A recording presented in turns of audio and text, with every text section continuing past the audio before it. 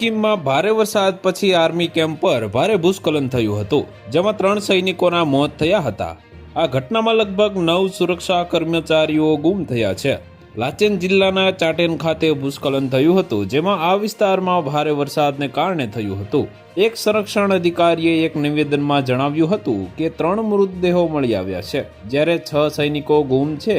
4 વ્યક્તિઓને નાની મોટી ઈજાઓ સાથે બચાવી લેવામાં આવ્યા છે, જ્યારે 3 બહાદુર જવાનો હવાલદાર લખવિંદરસિંહ, લાન્સ નાયક મુનીશ ઠાકુર અને પોર્ટર અભિષેક લખડાના નશ્વર અવશેષો મળી આવ્યા છે. બચાવ ટીમો અત્યંત પડકારજનક ભૂપ્રદેશ અને પ્રતિકૂળ હવામાન પરિસ્થિતિઓમાં ગુમ થયેલ 6 કર્મચારીઓને શોધવા માટે 24 કલાક અવિરતપણે કામ કરી રહી છે.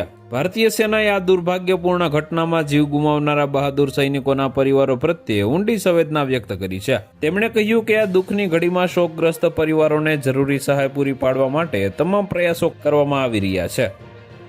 તો વધુ માહિતી મેળવવા માટે ચેનલ સાથે જોડાયેલા રહો. વિડીયો પસંદ આવે તો લાઈક કરી દેજો. ચેનલમાં નવા છો તો સબસ્ક્રાઇબ કરી દેજો.